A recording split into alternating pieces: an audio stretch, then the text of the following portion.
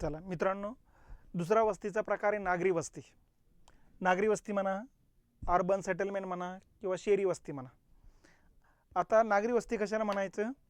ज्या वस्तीतील लोक जास्तीत जास्त द्वितीयक व तृतीयक क्षेत्रात कार्यरत असतात किंवा द्वितीयक व तृतीयक क्षेत्रात कार्यरत असणाऱ्या लोकांची वस्ती, त्याला म्हणायचं नागरी वस्ती. म्हणजे थोडक्यात नागरी वस्ती आणि ग्रामीण वस्तीतला फरक हाच आहे की ग्रामीण वस्तीमध्ये प्राथमिक क्षेत्रात कार्यरत असणाऱ्या लोकांची संख्या जास्त असते आणि नागरी वस्तीमध्ये द्वितीयक आणि तृतीयक क्षेत्रामध्ये कार्यरत असणाऱ्या लोकांची संख्या जास्त असते. तर नागरी वस्ती म्हणजे द्वितीयक व तृतीयक क्षेत्रात कार्यरत असणाऱ्या लोकांची संख्या जास्त असणाऱ्या वस्तीला म्हणायचं नागरी वस्ती. मग याच्यासाठी काही अटी टाकलेल्या आहेत. कुठल्या अटी आहे? तर नागरी वस्तीसाठी किमान लोकसंख्या 5,000 असली पाहिजेत नगरासाठी किंवा शहरासाठी. नंबर 2, तेथील घनता 400 पेक्षा जास्त असली पाहिजे दर चौरस किलोमीटर पाठीमागे. आणि नंबर 3, तिथं जेवढे लोक आहेत त्या लोकसंख्येपैकी 75% पेक्षा जास्त लोकसंख्या ही शेती सोडून इतर क्षेत्रात किंवा प्राथमिक क्षेत्र सोडून इतर क्षेत्रात कार्यरत असली पाहिजेत. अशा प्रकारच्या तिन्ही अटी पूर्ण होत असतील तरच त्याला नगर किंवा शहराचा दर्जा दिला जात असतो. या तिन्ही अटीपैकी एक अट जरी कमी पडली तर त्याला शहराचा किंवा नगराचा दर्जा दिला जात नाही. आणि या ठिकाणी शहरी भागासाठी ज्या स्थानिक स्वराज्य संस्था लागतात, नगर परिषदा, नगरपालिका, महानगरपालिका, त्या ठिकाणी निर्माण करता येत नसतात.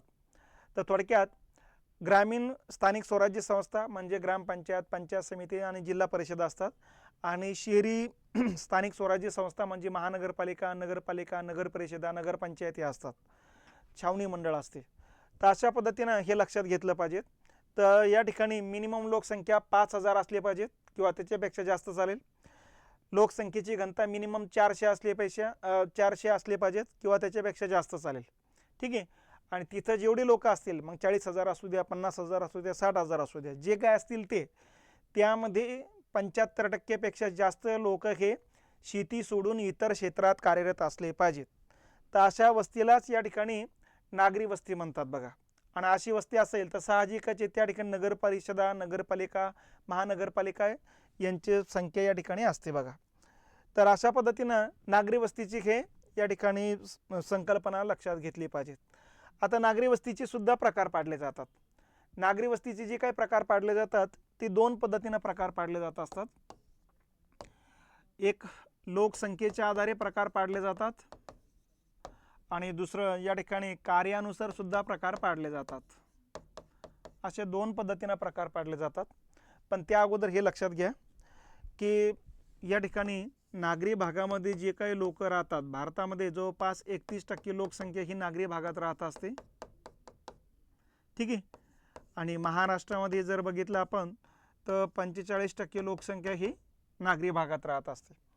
आता भारतामध्ये पण सर्वात जास्त नागरी भागात राहणारी लोकसंख्या जी आहे ती गोव्याची आहे. जवळपास 64% लोकसंख्या ही गोव्याची नागरी भागात आहे. आणि सर्वात कमी जी आहे ती हिमाचल प्रदेशमध्ये येत असते, जवळपास 12%. तर सर्वात कमी नागरीकरण झालेलं राज्य आहे हिमाचल प्रदेश आणि सर्वाधिक नागरीकरण झालेलं राज्य आहे गोवा. पण सर्वात जास्त नागरी भागातील लोकसंख्या जर विचारलं तर महाराष्ट्र आहे, 45%. म्हणजे थोडक्यात 12चे जवळपास या ठिकाणी 45% हिशोबाने जर विचार केला तर 5.5 कोटी येते बघा. 5 ते 5.5 कोटी लोकसंख्या शहरी भागात राहते, जी भारतात सर्वात जास्त आहे. म्हणून लोकसंख्येनुसार विचारलं सर्वात जास्त नागरीकरण तर महाराष्ट्राचं आहे. ठीक आहे. त्याच्यानंतर एकूण लोकसंख्येच्या तुलनेत जर विचारलं सर्वात जास्त तर गोव्याचं आहे, सर्वात कमी विचारलं हिमाचलचं आहे. ठीक आहे. आणि भारताचं विचारलं तर 31%. तर अशा पद्धतीने ही थोडक्यात आकडेवारी पण लक्षात घेणं गरजेचे असते. ठीक आहे. आणि उरलेली लोकसंख्या मग ग्रामीण भाग आहे, म्हणजे एक तर शहरी भागातली लोकसंख्या लक्षात ठेवा किंवा ग्रामीण भागातली किंवा दोन्हीचं लक्षात घेणं तर चांगलीच गोष्ट आहे. तर ह्या पद्धतीनं या ठिकाणी ही नागरी लोकसंख्या येते. पण नागरी लोकसंख्येचं वैशिष्ट्य अगोदरच आपण बोललेलं आहे की या ठिकाणची लोकसंख्या ही मेजॉरिटी द्वितीयक आणि तृतीयक क्षेत्रात कार्यरत असतात. शेती क्षेत्राशी संबंधित लोकांची संख्या या ठिकाणी खूप कमी असते. आणि द्वितीयक आणि तृतीयक क्षेत्रामध्ये जे लोक कार्यरत असतात या लोकांची पेईंग कॅपॅसिटी जास्त आहे, कारण यांचं उत्पन्न जास्त आहे. म्हणून यांच्या घराची रचनासुद्धा जर बघितली आपण तर विशेषीकरण झालेली आहे. 2 घरामध्ये अंतर असतं. प्रत्येक घरामध्ये या ठिकाणी नियोजनबद्धता असते. प्रत्येक घराचं काहीतरी वेगळं वैशिष्ट्य या ठिकाणी लक्षात घेतलं पाहिजे. आणि यातून मग घराची रचना या ठिकाणी केल्या जात असते बघा. तर या पद्धतीनं शहरी वस्ती जी असते ती सिमेंटची शक्यतो वस्ती असतात, विटापासून केलेली असतात बघा. इथे दगडाचा वापर, मातीचा वापर जवळपास नसल्यास जमा असतो. रस्ते पण या ठिकाणी असतात, काटकोन त्रिकोणात असतात, रस्ते मोठाले असतात. 4 व्हीलर या ठिकाणी लोकांकडे जास्त असतात, 2 व्हीलर जास्त असतात.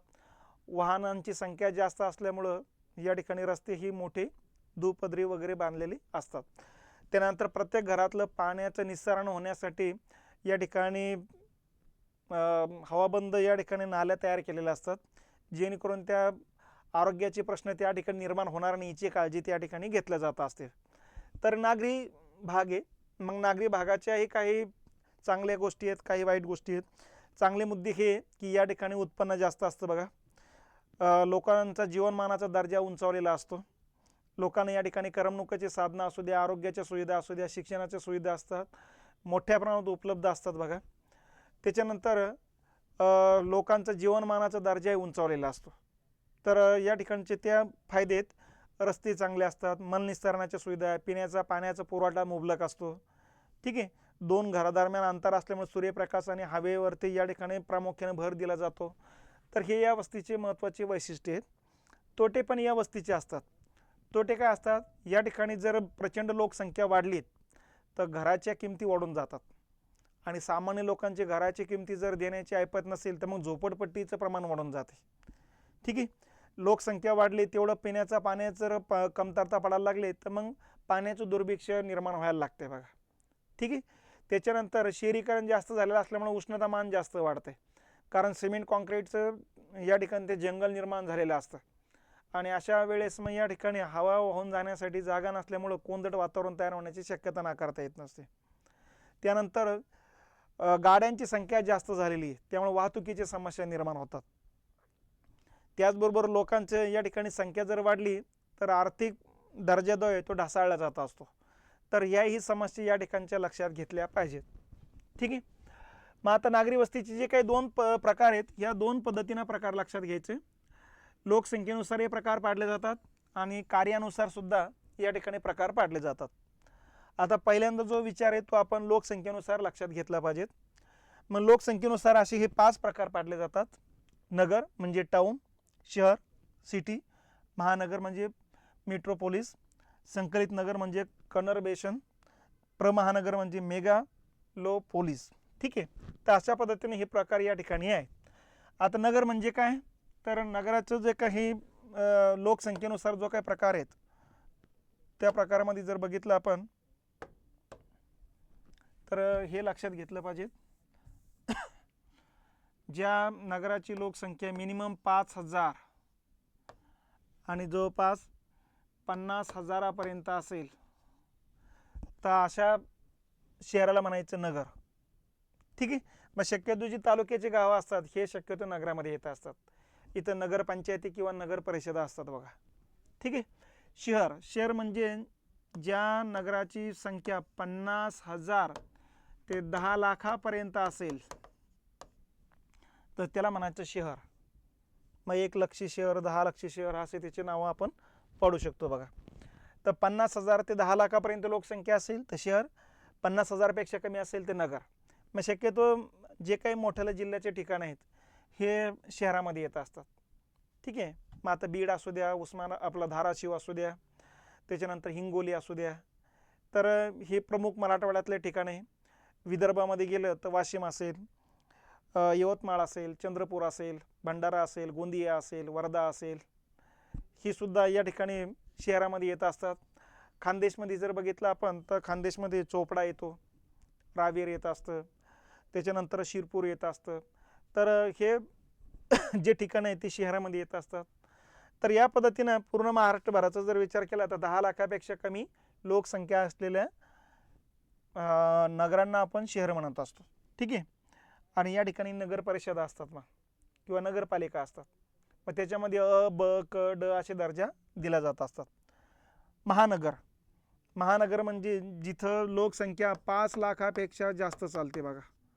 5 लाख ते 50 लाखापर्यंत लोकसंख्या असेल तर त्याला म्हणायचं महानगर.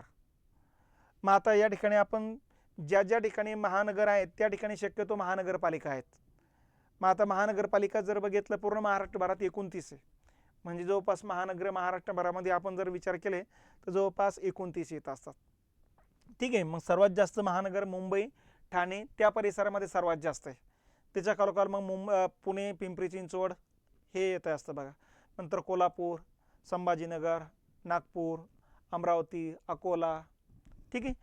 आता या ठिकाणी हे महानगर येत असतं, तर त्या डायरेक्शन त्या ठिकाणी तुम्ही आपण लक्षात घेतलं पाहिजेत. मग या ठिकाणी महानगरपालिका ही तिथली स्थानिक स्वराज्य संस्था, तिथले पिण्याचं पाणी, प्रकाश, लाईट म्हणतो आपण त्याला, त्यानंतर मलनिस्सारण, स्वच्छता याच्यावरती काम करत असते बघा. संकलित नगर म्हणजे कनर्बेशन म्हणतो आपण त्याला. म्हणजे काय असतं, एखादं विकसित झालेलं शहर आहे त्याच्याच भोवताली MIDC वगैरे असेल तर तिथंही विकसित एक नवीन शहर तयार होत असतं आणि यातून हे दोन मोठाले जे शहर आहेत ते एकत्र येणे, तर अशाला जुळी शहर म्हणतो आपण. ते जुळी शहर म्हणजे संकलित नगर म्हणतो आपण त्याला.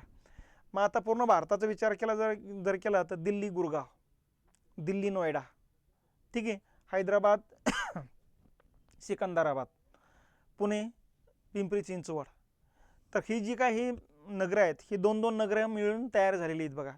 तर अशा नगरांना म्हणायचं संकलित नगर. दोन शेजारीच असलेले नगर म्हणजे संकलित नगर आहे. मग हे जुळी शहर म्हणून आपण हे लक्षात घेतले पाहिजेत. यांची संख्या सुद्धा 50 लाखापर्यंतच येत असते बघा. ठीक आहे. फक्त दोन शेजारचे मोठमोठे शहर एकत्रित झालेले असतात, त्याला म्हणायचं संकलित नगर. आणि महानगर म्हणजे मेगा पॉलिटिशियन सिटीज आपण त्याला म्हणतो बघा.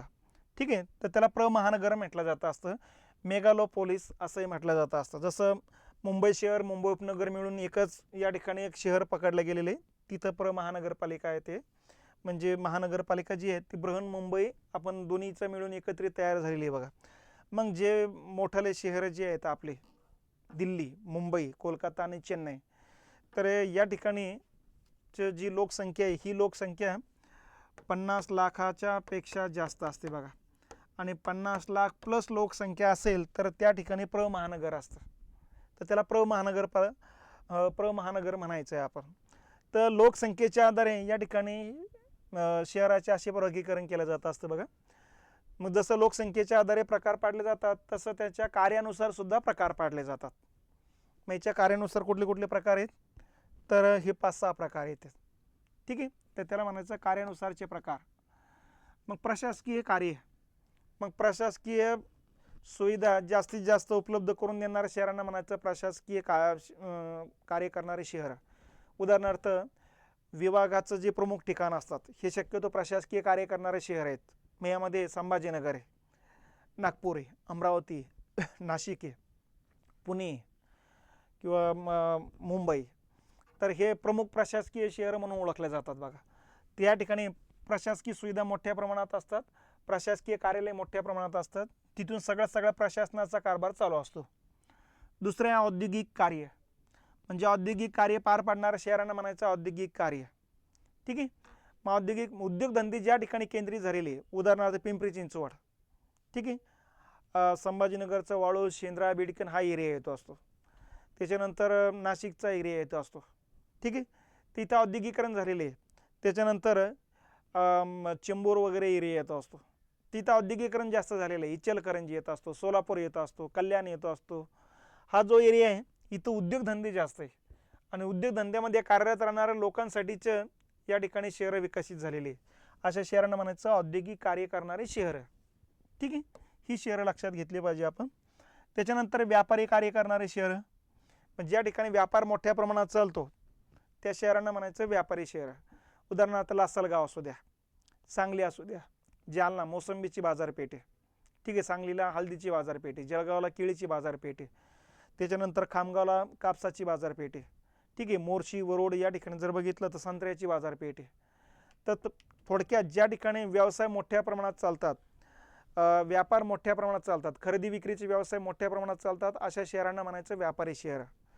तर ही प्रमुख व्यापारी शहरं लक्षात घेतली पाहिजेत. धार्मिक आणि सांस्कृतिक कार्य करणारे शहर, मग ज्या ठिकाणी तीर्थक्षेत्र आहे त्या ठिकाणी जर शहराचा विकास होत असेल तर त्यांना म्हणायचं धार्मिक शहर.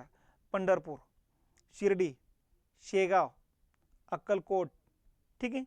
ही प्रमुख धार्मिक गावं शहरं म्हणून विकसित झालेली आहेत बघा. कारण तिथं धर्माच्या रूपानं तिथं मूळ ठिकाणं लोकवस्ती वाढत गेलेली आहेत. तर त्याला धार्मिक आणि सांस्कृतिक कार्य करणारं शहर म्हणत असतो आपण. पुणे सांस्कृतिक कार्य करणारं शहर येत असतं. ठीक आहे. संरक्षण कार्य करणारे शहर आहे. ज्या ठिकाणी छावणी आहेत, ज्या ठिकाणी लष्करासाठीचा एरिया आहे आणि त्या ठिकाणी लोकवस्ती जर वाढत गेली असेल तर अशा शहराला म्हणायचं लष्करी शहर आहे. मग आता डेहराडून लष्करी शहर म्हणून ओळखलं जात असतं बघा. अहमदनगर लष्करी शहर म्हणून ओळखलं जात असतं. संभाजीनगरचं छावणी एरिया आहे. ठीक आहे. Cantonment board. पुण्यामध्ये सुद्धा 3 छावण्या आहेत. नाशिकमध्ये पण देवळाची, नागपूरला पण आहे. तर ही जे काही आहेत शहर ही संरक्षणाचे शहर म्हणून ओळखले जात असतात. आणि शेवटचा प्रकार येतो पर्यटन कार्य करणारे शहर आहे. म्हणजे या ठिकाणी पर्यटनासाठी खास करून ते ओळखले जातात. सिमला, कुलू, मनाली, डलहौसी, राणीखेत, महाबळेश्वर, माथेरान ही सगळी थंड हवेची ठिकाणं आहेत आणि हे पर्यटनासाठी ओळखले जाते, पर्यटकांसाठी ओळखले जाते. आणि यातून ह्या ठिकाणी जे काही शहर विकसित झालं ते पर्यटनाच्या डायरेक्शनने विकसित झालेले आहे, म्हणून यांना म्हणायचं पर्यटन शहर. तर अशा पद्धतीनं वेगवेगळ्या कार्याच्या आधारे शहराचे प्रकार पाडले जातात. ते या ठिकाणी प्रकार लक्षात घेतले पाहिजेत. ठीक आहे. मग आता नागरीकरणाचे प्रकार बघितलेत. नागरीकरणामुळे आता कोणत्या कोणत्या समस्या निर्माण होतात. नागरीकरणाचे फायदे पण आहेत, तोटे पण आहेत. फायदे काय आहेत? एक तर या भागामध्ये रोजगाराच्या सुविधा मोठ्या प्रमाणात उपलब्ध होतात. नंबर 1, रोजाचा जो दिवस आहे, मजुरांची जी मजुरी यांचं प्रमाण जास्त असतं, रक्कम जास्त असते, पैसा जास्त मिळतो, त्यामुळे पेईंग कॅपॅसिटी या लोकांची जास्त असते. शहरी भागामध्ये रस्ते, वीज, पाणी, दळणवळणाची सुविधा असतात, शिक्षणाच्या सुविधा आहे, आरोग्याच्या सुविधा आहे. लक्षात जीवनमानाचा दर्जा उंचावलेला असतो. तर हे फायदे या ठिकाणी आहेत. पिण्याचा पाण्याचा पुरवठा असतो, मलनिःसरणाच्या सुविधा असतात, स्वच्छता असते, हे सगळे फायदे या ठिकाणी आहेत. पण फायद्याबरोबर जर लोकसंख्याच प्रचंड वाढत असेल तर तिथल्या सेवा सुविधांवरती बोजा वाढतो आणि यातून मग समस्या निर्माण होतात. मग आता कुठल्या समस्या? पहिली झोपडपट्टी समस्या निर्माण होते.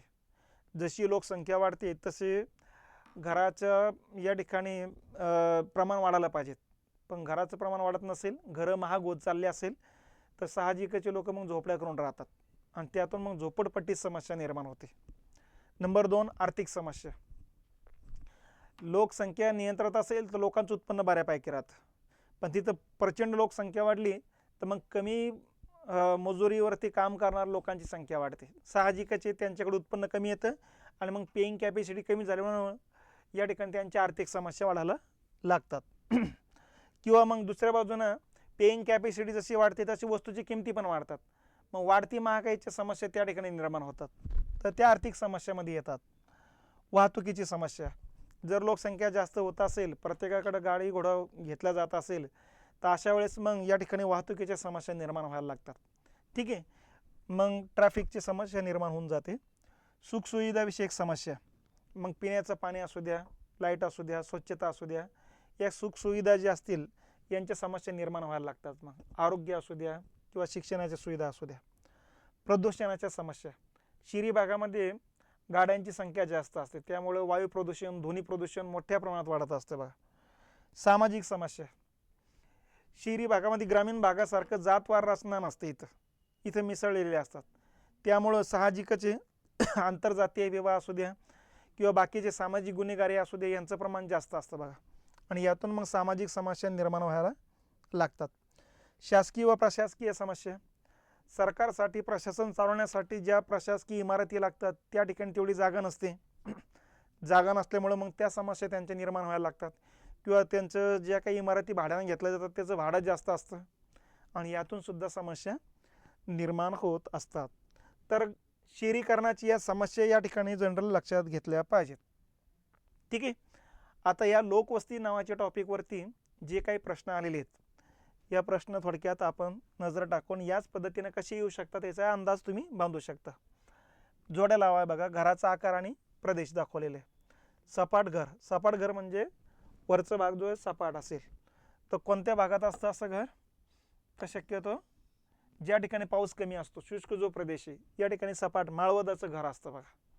ठीक आहे. उत्तर ते छप्पर, जिथं पावसाचं प्रमाण जास्त आहे तिथं या ठिकाणी उत्तर ते छप्पर असतं. ठीक आहे. जाड मातीच्या भिंती, जिथं हीट जास्त आहे, उष्णतामान जास्त आहे, त्या ठिकाणी जाड भिंती असतात बघा, उष्ण आणि शुष्क प्रदेश. ठीक आहे. आणि चौथाऱ्यावरचं घर, जिथं पाऊस जास्त आहे, दलदलयुक्त पट्टा आहे, म्हणून वरचा भाग या ठिकाणी चौथारा घेतला जातो, जेणेकरून साप वगैरे घरात येऊ नये, हा त्या पाठीमागचा उद्देश असतो बघा. ठीक आहे. दलदलयुक्त प्रदेश. तर असा पर्याय या ठिकाणी मग निवडावा लागेल आपल्याला. 1चं 4, 2चं 3, हे 1चं 4, 3, नंतर 1 आणि हे 2. ओके. 3 नंबरचं उत्तर या ठिकाणी येत आहे. ठीक आहे. तर या पद्धतीने उत्तर आपल्याला काढावं लागेल. पुढचा प्रश्न आहे, कोकणात कोणत्या प्रकारच्या वस्तीचे प्राबल्य आहे? मग आता वस्तीचे पॅटर्न, आपलं वस्तीचे प्रकार आहेत या ठिकाणी. वस्तीचे हे प्रकार आपण या ठिकाणी बघितलेले आहेत बघा. विखुरलेल्या वस्ती, केंद्रित वस्ती, अपखंडित वस्ती, संयुक्त वस्ती. आपलं कोकणामध्ये जर विचारलं तर केंद्रित वस्तीची संख्या जास्त आहे. पॅटर्न विचारला तर रेषाकृती वस्तीची संख्या जास्त आहे, किंवा बाणाकृती वस्ती म्हणू आपण तिकडं. ठीक आहे. मग इथं केंद्रित वस्ती 10 या ठिकाणी घरं आहेत बघा. 10-10, 12-12 घरांची या ठिकाणी वस्ती तुम्हाला दिसायला लागेल. उंचवाड्याचा जो भाग आहे त्या ठिकाणी ती वस्ती दिसेल आपल्याला. नदीपासून थोड्या दूरच्या अंतरावर वस्ती दिसेल, उंच टेकड्यावरती. ते केंद्रित वस्ती म्हणू आपण त्याला. पुढचा प्रश्न आहे, खालीलपैकी कोणती कारणे शहरातील झोपडपट्टी वाढीस कारणीभूत ठरतात? झोपडपट्टीच्या वाढीसाठी कारणीभूत घटक कुठले कुठले? झपाट्याने वाढणार लोकसंख्या, यस, झपाट्याने वाढते म्हणून झोपडपट्टी वाढते. ग्रामीण भागातील बेरोजगारी, बरोबर आहे. ग्रामीण भागात रोजगार कमी असेल तर शहरी भागावरती ताण वाढत जात असतो. मग अकुशल व निम्न कुशल कामगारांची ग्रामीण भागातून शहरी भागात होणारे स्थलांतर, हे बरोबर आहे. आणि शहरी भागात स्वस्त घरांची असणारी कमतरता, घरांची संख्या जर जास्त असते तर मग झोपडपट्टीच निर्माण झाली नसते. म्हणजे यापैकी सर्व पर्याय या ठिकाणी लागू होतात. हा वैचारिक पातळीवरचे प्रश्न आहे, थेरॉटिकल प्रश्न म्हणतो आपण याला. हा काही फॅक्च्युअल डाटा नाही आहे, त्यामुळे इथे विचार करूनच या प्रश्नाचे उत्तर तुम्हाला देता येऊ शकते. पुढचा प्रश्न आहे, खालील वैशिष्ट्ये कोणत्या वस्ती प्रारूपाची आहेत? 2019चा प्रश्न आहे. वस्तीमधील रस्ते परस्परांना समांतर असतात, म्हणजे असे, हा एक रस्ता आहे, हा एक रस्ता आहे, हा एक रस्ता आहे, असे समांतर आहेत. ओके. म्हणजे रेषाकृती वस्ती दिसू लागलेत. वस्तीमधील रस्ते परस्परांना काटकोनात छेदतात, नाही, मग असे पण रस्ते समांतर. ठीक आहे. वस्तीमधील घराच्या रांगा पाहावास मिळतात, बरोबर आहे.